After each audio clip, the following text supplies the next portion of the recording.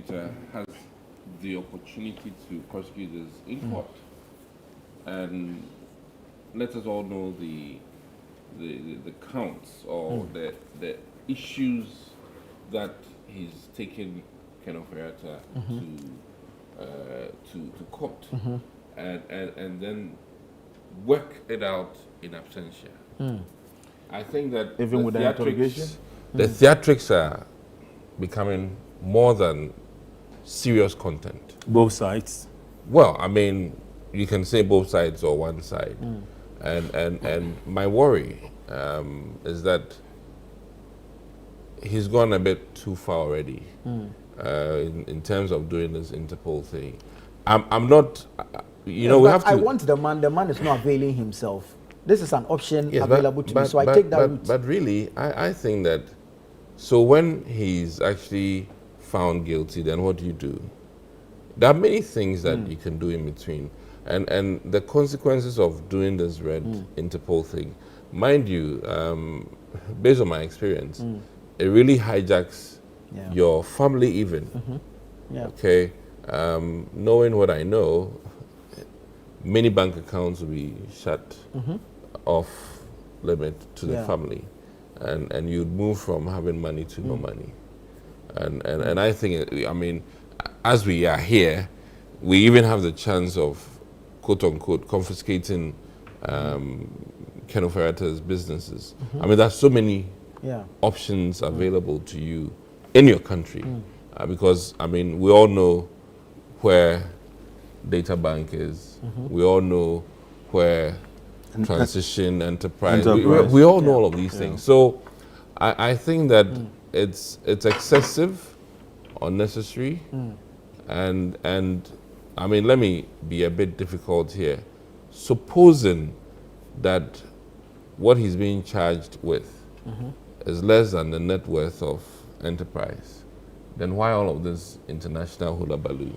I'm just saying, because you can, just as they put wage garnishment, you know, he could start off by doing the thing in court, taking over, you know, Enterprise, and then, you know, if he's found guilty, and you know, an offense that requires jail, then you do all these Interpol things. Now, I think that he's overstepped and almost now made the person guilty without any defense, guilty without doing the necessary homework.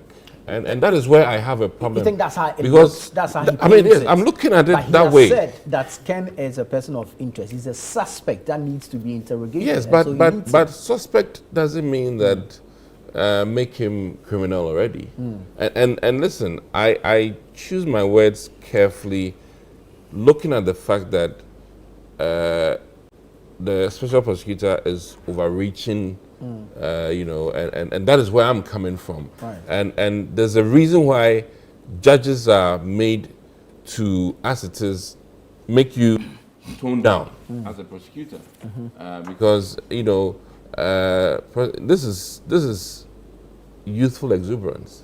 That's how I see it. But don't you think Ken has also a responsibility to save himself the embarrassment? He has, but he's in a hard place, you know, where he's looking at his health, and I know certainly there are reasons for him choosing medical care outside of Ghana. I don't want to go into that. Right. I mean, let me admit on air that I know his own sister is a senior health practitioner, not a doctor, I know, but I think a nurse, you know, with high repute. The wife. And the wife taught me psychiatry in medical school. You know, so I mean, the wife is not a medical doctor, but she's a psychiatrist.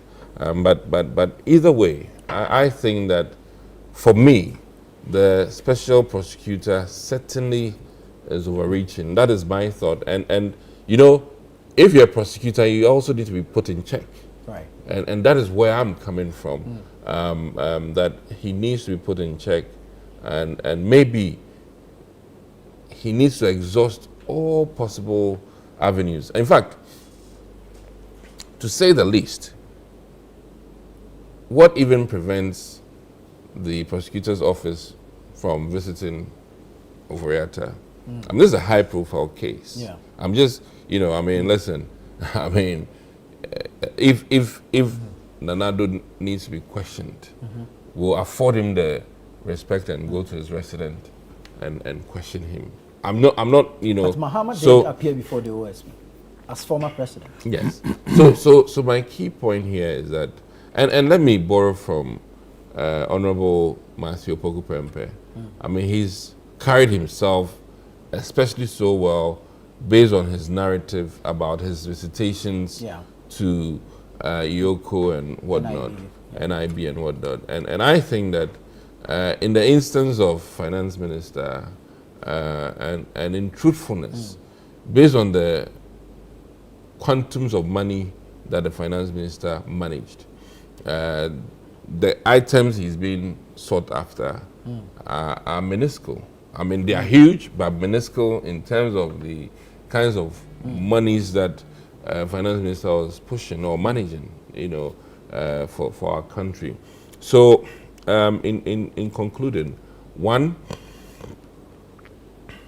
I think that yes, Ken Ofori-Atta is being sought for supposed crimes, okay, but who is checking the OSP in terms of his overreaching, and being a bit exuberant, that is where I come in. That I think that, for instance, should he have given us some 6 weeks before going to Interpol?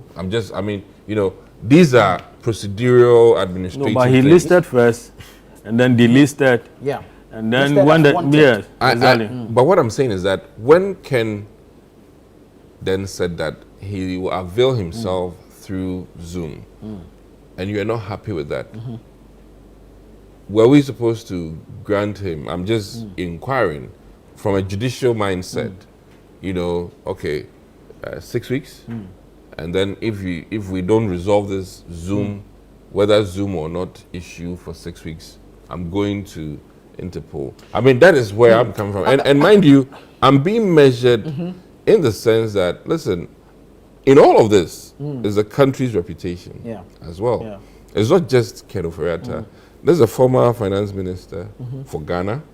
And when we, wash our linens out like that to the world, mind you, whether we like it or not, the actions of the special prosecutor in relation to our finance minister may even affect Atuforsen, because our finance ministry is being colored in a certain way, to the extent that if Atuforsen is in a meeting in international circles, already there'll be doubts, castigations, and anything that we are putting on finance minister today shows our inability to be very accountable at the finance ministry, and it will create unnecessary issues for us as a country. So we need to headed by an individual, and it is this individual that is being taken on. Yes, but my point is that my point is that personally, we need to manage it carefully.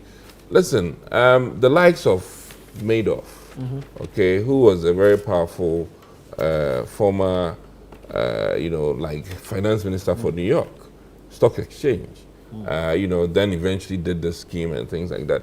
The thin line between being a financial maestro and having these allegations is very thin. Blur. So I would just, I'm not here to fight for Ken. I'm not here to say that all that he's doing is right, but I'm being cautious and only saying that the special prosecutor needs to be also checked in terms of his rush to Interpol and his rush in dealing with some of these things. I mean, not to borrow from Dafia Mapo, but Dafia Mapo, who's a lawyer and NDC, is questioning why he didn't agree to even do the Zoom. I mean, this is not me. But the lawyers also argue that to be able to take a caution statement, you would have to arrest, and they don't see how they will arrest via video. No, but everything is not necessarily white and black. There are cases and there are cases, okay? And supposing that this man, I mean, listen, I've worked in police hospital where we had people bound in cuffs and to the bed. To the bed, yeah. So, I mean, I'm not saying that they should go and arrest him in the hospital, but there's room for making sure that there's some police presence at his hospital bed, and he's under detention, but in hospital. And supposing you go and he's on life support, what are you going to do? Unplug?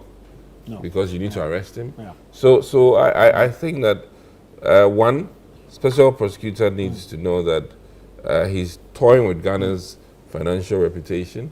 I mean, with the greatest of respect, and that this will impact even Ghana's outlook in the international domain. Listen,